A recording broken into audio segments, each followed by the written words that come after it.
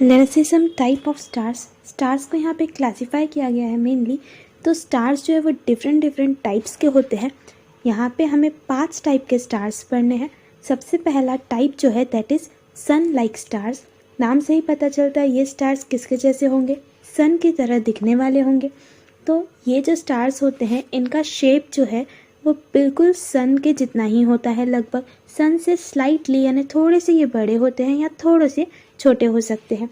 ठीक है, इसीलिए इनको सन लाइक स्टार्स कहा जाता है।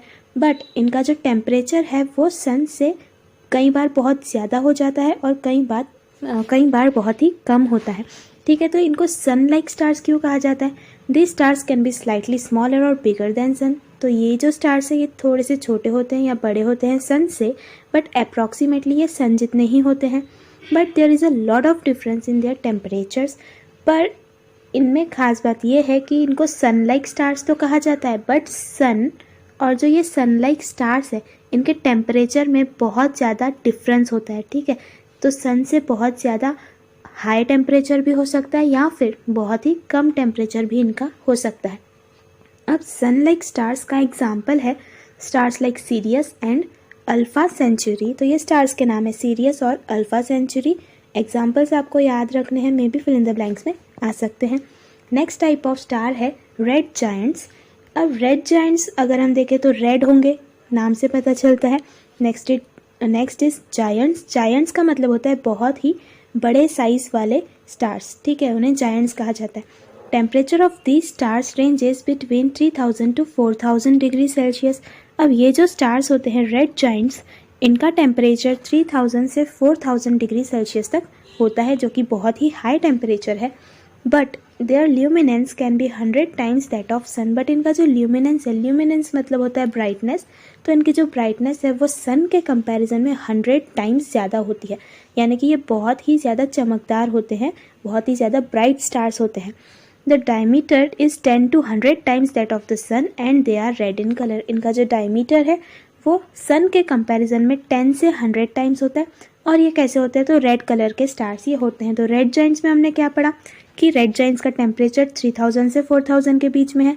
इनका जो ब्राइटनेस है वो सन से बहुत ज़्यादा है, और कितना ज़्यादा है? तो 100 टाइम्स ज़्यादा है। फिर इनका डायमीटर कितना है? 10 to 100 टाइम्स बड़ा है सन से, मतलब ये सन से बहुत ही ज़्यादा बड़े स्टार्स होते हैं। और ऑफकोर्स इनका कलर क्या होगा? Red colour. Next is supernova stars. These are even brighter and larger than the red giant stars. अब ये जो सुपरनोवा स्टार्स है ये रेड जायंट स्टार्स से भी ज़्यादा ब्राइटर होते हैं, ज़्यादा चमकदार होते हैं और बहुत ही ज़्यादा बड़े होते हैं। तो यहाँ पे हम लाइन वाइज पढ़ रहे हैं। सबसे पहले सन लाइक स्टार्स पढ़े जो कि सन के शेप के होते हैं, सन की साइज़ के होते हैं। नेक्स्ट रेड जायंट्स पढ़े जो सन लाइक स्टार्स से बहुत बड़े होते हैं। ठीक है, फिर हमने सुपरनोवा पढ़ा। सुपरनोवा का साइज़ कितना होता है? तो रेड जायंट से भी बड़ा, यानी कि ये सन लाइक स्टार से भी बड़े हो गए और रेड जायंट स्टार से भी ये बड़े हो गए। Their temperature is between 3000 degree Celsius to 4000 degree Celsius. अब ये जो सुपरनोवा स्टार्स है इनका टेम्परेचर रेड जायंट के जितना ही होता है। रेड जायंट में हमने क्या पढ़ा था कि उनका टेम्परेचर 3000 से 4000 डिग्री सेल्सियस तक होता है। सुपरनोवा स्टार्स का भी टेम्परेचर 3000 से 4000 डिग्री सेल्सियस तक होता है। But their diameter can be more than 100 times greater than that of the sun. But इनका जो diameter है वो 100 टाइम्स से भी ज़्यादा बड़ा होता है। ठीक है, इनका diameter 100 टाइम्स से भी ज़्यादा बड़ा होता है। diameter अगर आपको नहीं पता है तो ये सर्कल है, सर्कल के सेंटर से जो लाइन पास करती है उसको diameter कहते हैं। ठीक है, तो यहाँ पे diameter से साइज़ बताया हुआ है कि सन से कितने ज़्यादा बड़े होते हैं सुपरनोवा स्टार्स, तो 100 टाइम्स से भी ज़्यादा बड़े। नेक्स्ट है बाइनरी या फिर twin stars. More than half of the stars in sky are binary stars. अब स्टार्स जो होते हैं, हमें रात में जब स्टार्स दिखते हैं स्काई में, तो आधे से ज़्यादा स्टार्स जो होते हैं वो बाइनरी स्टार्स होते हैं या ट्विन स्टार्स होते हैं। अब ये ट्विन स्टार्स होते क्या हैं? They consist of 2 stars that revolve around each other. अब 2 स्टार्स होते हैं, ठीक है, और ये 2 स्टार्स क्या करते हैं? एक दूसरे के अराउंड में रिवॉल्व करते रहते हैं।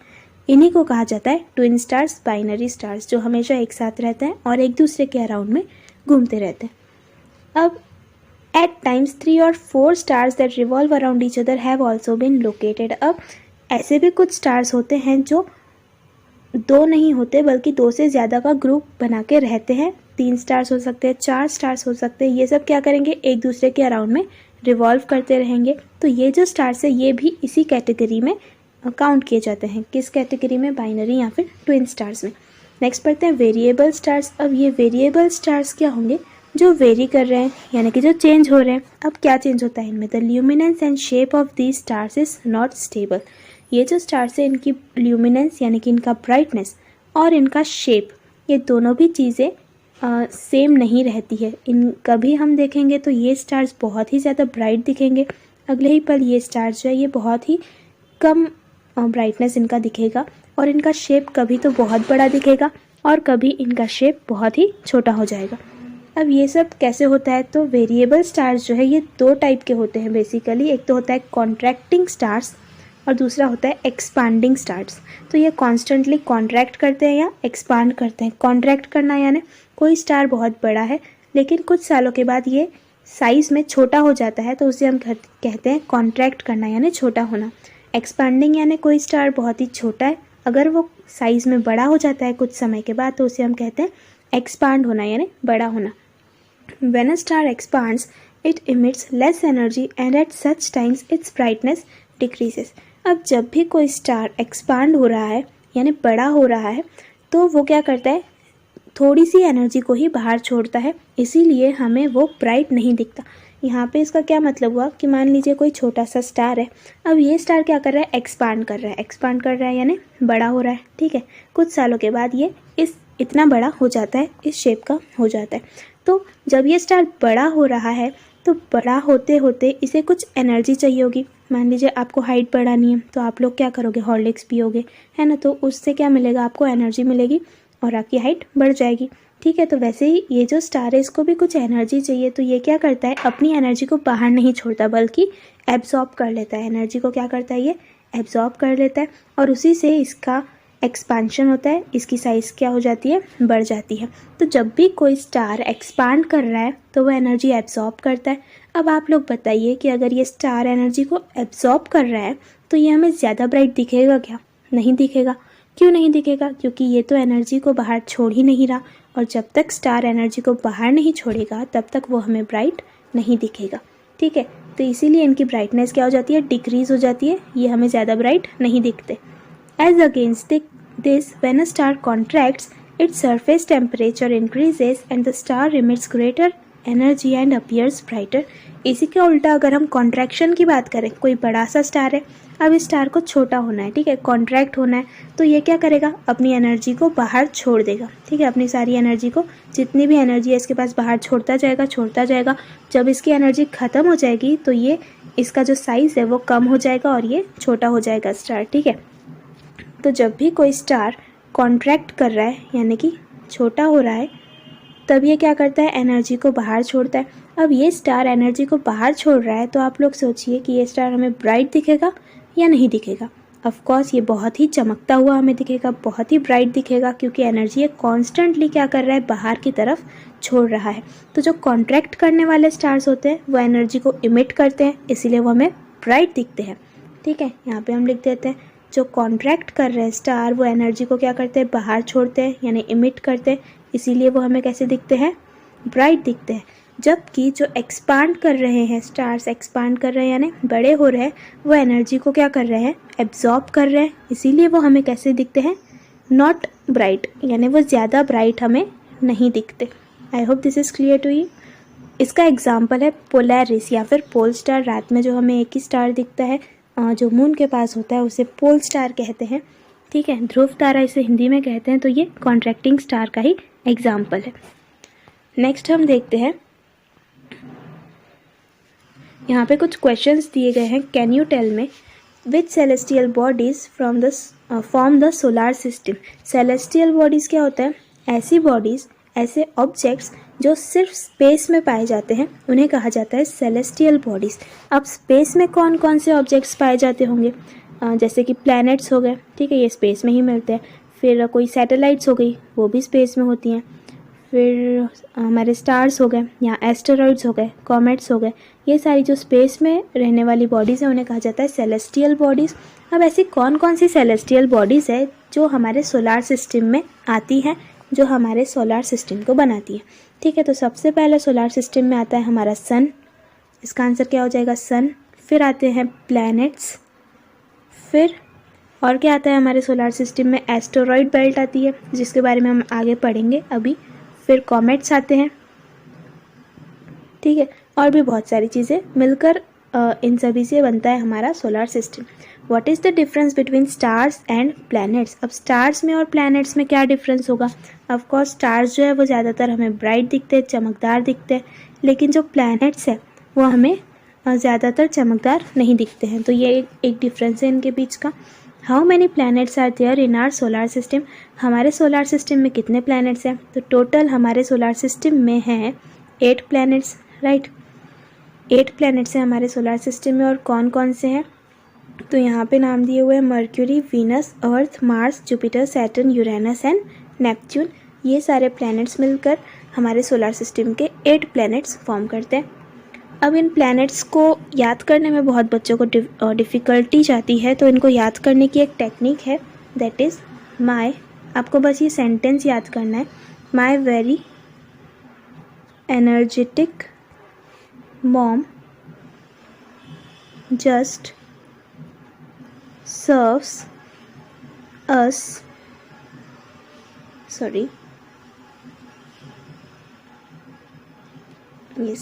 अस नूडल्स। ठीक है, ये सेंटेंस आपको याद करना है, my very energetic mom just serves us noodles. इसमें माई यानी एम मतलब मर्क्यूरी, वेरी यानी वी मतलब वीनस, एनर्जेटिक से E for Earth, M mom से, फिर से मार्स, जस्ट यानी जे मतलब कि जुपिटर, फिर सर्व यानी Saturn, U for Uranus and N for Neptune. तो ये हैं हमारे सोलार सिस्टम के 8 प्लैनेट्स। ठीक है, what is to be found between Mars and Jupiter? अब मार्स और जुपिटर के बीच में क्या मिलता है? तो मिलता है एस्टेरॉइड बेल्ट। अब ये क्या होता है? तो देखिए हमारा जो सन है, मैं हाफ व्यू में आपको दिखाती हूँ। मान लीजिए ये हमारा सन है पूरा, उसके अराउंड में प्लैनेट रिवॉल्व कर रहे हैं। पहले कौन सा होगा? मर्क्यूरी, फिर वीनस, अर्थ, मार्स, फिर आता है जुपिटर, सैटर्न, ये आगे भी होंगे, मैं हाफ व्यू बता रही हूँ। ठीक है, तो यहाँ पे पहले के जो 4 प्लैनेट होते हैं कौन कौन से? Mercury, Venus, Mars and earth and Mars, ये जो 4 प्लैनेट हैं। उसके बाद 5th प्लैनेट जो है हमारा दैट इज़ जुपिटर। ठीक है, मार्स है 4th प्लैनेट और 5th प्लैनेट कौन सा है? जुपिटर। लेकिन मार्स और जुपिटर के बीच में एक बेल्ट होती है जिसे कहा जाता है एस्टेरॉइड बेल्ट। बहुत सारे एस्टेरॉइड होते हैं, एस्टेरॉइड को मिला के बनती है हमारी एस्टेरॉइड बेल्ट, जो कि किसके बीच में होती है? 4th और 5th प्लैनेट के बीच में, मतलब मार्स और जुपिटर के बीच में। ये हम डिटेल में एस्टेरॉइड क्या होते हैं, एस्टेरॉइड बेल्ट क्या होती है, आगे पढ़ेंगे ही। पहले ये पढ़ लेते हैं। Mercury, Venus, Earth and Mars are the inner planets, whereas the Jupiter, Saturn, Uranus and Neptune are outer planets. अब जो हमारे पहले के 4 प्लैनेट्स हैं एस्टेरॉइड बेल्ट के राइट साइड वाले, मर्क्यूरी, वीनस, अर्थ और मार्स, इन्हें कहा जाता है इनर प्लैनेट्स। ठीक है, जो सन के एकदम पास से उन्हें कहा जाता है इनर प्लैनेट्स। जबकि जो दूर दूर के प्लैनेट्स है 4 आखिरी वाले, जुपिटर, सैटर्न, यूरेनस और नेपच्यून, इन्हें कहा जाता है आउटर प्लैनेट्स। अब एक खास बात होती है इन आउटर प्लैनेट्स की, जो कि ये है कि इनमें रिंग्स पाई जाती हैं। ठीक है, जो आउटर प्लैनेट्स हैं हमारे जुपिटर, सैटर्न, यूरेनस और नेपच्यून, इनमें क्या होती है? रिंग्स होती है। आपने देखा होगा प्लैनेट होता है और उसके साइड में क्या होती है? ऐसी रिंग होती है, तो इन्हें कहा जाता है ring planets. The crust of all the inner planets is hard, the outer planets have gaseous outer cover. जो भी इनर प्लैनेट्स हैं उनका क्रस्ट हार्ड है। क्रस्ट यानी जो आउटर, जो प्लैनेट का आउटर पोर्शन होता है ना, उसे क्रस्ट कहते हैं। ठीक है, उनका क्रस्ट कैसा है? हार्ड है। किसका? इनर प्लैनेट्स का। इनर प्लैनेट्स कौन से हैं? मर्क्यूरी, वीनस, अर्थ और मार्स। तो इन प्लैनेट्स का क्रस्ट हार्ड है। जबकि जो आउटर प्लैनेट्स है, आउटर प्लैनेट्स कौन से हैं? आखिरी के 4 प्लैनेट्स जुपिटर, सैटर्न, यूरेनस और नेपच्यून, इनका क्रस्ट हार्ड नहीं होता, बल्कि इनका जो आउटर कवर है, इनका जो क्रस्ट है वो गैस से बना होता है। ठीक है, तो ये भी डिफरेंस है इनर और आउटर प्लैनेट्स में। हमने क्या पढ़ा यहाँ पे? इनर प्लैनेट्स का क्रस्ट कैसा होता है? हार्ड होता है, क्रस्ट यानी आउटर कवर। और जो आउटर प्लैनेट्स हैं, बाहर के 4 प्लैनेट्स हैं, उनका क्रस्ट गैस से बना होता है। नेक्स्ट पढ़ते हैं हमारा the solar system. The solar system consist of sun, planets, asteroid, comets and meteors. अब सोलर सिस्टम में क्या क्या आता है? सन आता है, प्लैनेट्स आते हैं, एस्टेरॉइड आते हैं, कॉमेट आते हैं और मीटियोर आते हैं। एस्टेरॉइड, कॉमेट और मीटियोर जो छोटी छोटी सेलेस्टियल बॉडीज़ होती है जो स्पेस में पाई जाती है, ठीक है। जब कोई स्टार टूट जाता है ना, तो उनसे ये सारी बॉडीज़ बनती हैं, एस्टेरॉइड, कॉमेट और मीटियोर। अब जब वो स्पेस में होती है तो उसे एस्टेरॉइड कहते हैं। स्पेस से जब वो अर्थ की तरफ आने लगती है तो कॉमेट कहते हैं, और अर्थ के अंदर आ जाती है तो उसे मीटियोर कहते हैं। इसको और अच्छे से पढ़ेंगे आगे। The planets Mercury, Venus, Mars, Jupiter and Saturn can be easily scene.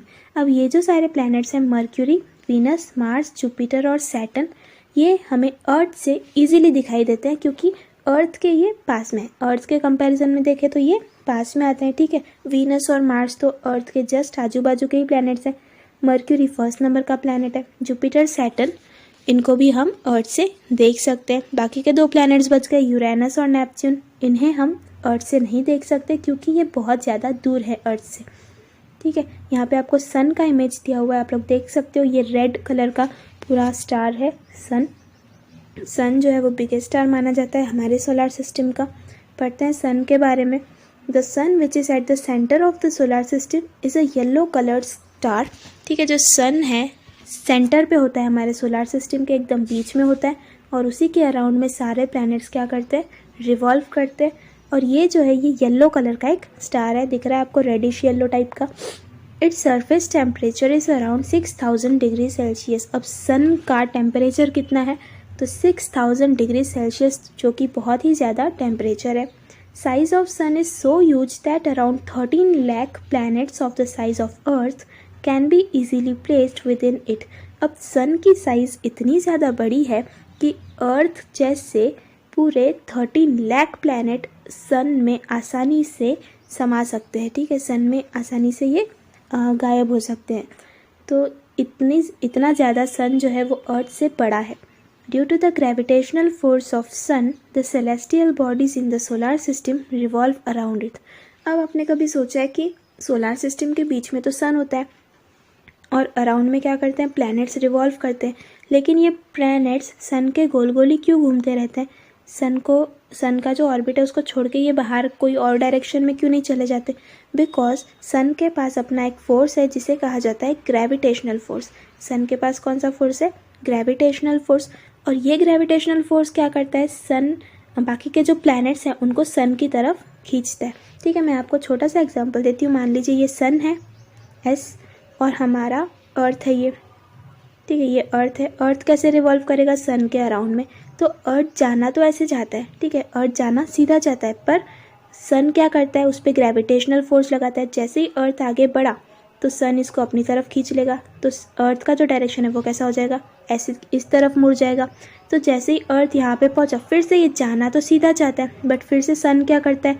इस पर ग्रेविटेशनल फोर्स लगाता है, अपनी तरफ इसको खींच लेगा। तो फिर से अर्थ का जो डायरेक्शन है वो कैसा हो जाएगा? ऐसा। अब फिर से अर्थ जाना तो सीधा ही चाहता है, बट सन क्या करेगा? इस पर ग्रेविटेशनल फोर्स लगाएगा और हमारे अर्थ का डायरेक्शन कैसा हो जाएगा? ऐसा। तो ऐसे करके अर्थ जो है सन के अराउंड में घूमता रहता है। सिमिलरली बाकी के प्लैनेट्स भी इसी तरह से सन के ग्रेविटेशनल फोर्स की वजह से सन के अराउंड में घूमते रहते। The diameter of sun is approximately 13,92,000 kilometre. इतना बड़ा सन का डायमीटर होता है। डायमीटर यानी यहाँ से यहाँ तक का डिस्टेंस कितना है? 13,92,000 किलोमीटर। तो बहुत ही बड़ा है हमारा सन। Sun rotates around its axis and while doing so it revolves around the center of Milky Way taking the solar system along with it। तो सन जो है अपने अराउंड में तो घूम ही रहा है, ठीक है। ये जो सन है ना, ये गोल गोल तो घूम ही रहा है अपने अराउंड में, लेकिन ये जो सन है वो मिल्की वे के भी चक्कर लगा रहा है। मिल्की वे का भी क्या कर रहा है? ये चक्कर लगा रहा है। और हमारा जो पूरा सोलर सिस्टम है वो भी हमारी गैलेक्सी के अराउंड में घूम रहा है। तो कोई भी चीज़ हमारे सोलर सिस्टम में स्टेशनरी नहीं है, कोई भी चीज़ एक जगह पे रुकी हुई नहीं है। हमारा जो अर्थ है वो घूम रहा है, बाकी के सारे प्लैनेट्स घूम रहे हैं। इनफैक्ट हमारा जो सन है वो भी घूम रहा है। सन किसके अराउंड में घूम रहा है? तो मिल्की वे गैलेक्सी जो है उसका जो भी सेंटर होगा उसके अराउंड में ये सन घूम रहा है, ठीक है। ये हमारा सोलर सिस्टम है, ये है पूरी मिल्की वे गैलेक्सी। तो ये जो सोलर सिस्टम है हमारा और सन, ये सब क्या कर रहा है, ये भी मिल्की वे के अराउंड में घूमते जा रहे हैं। ऐसी बाकी की गैलेक्सीज भी क्या करती है, घूमती जाती हैं। तो कोई भी चीज़ यूनिवर्स में स्टेशनरी नहीं है।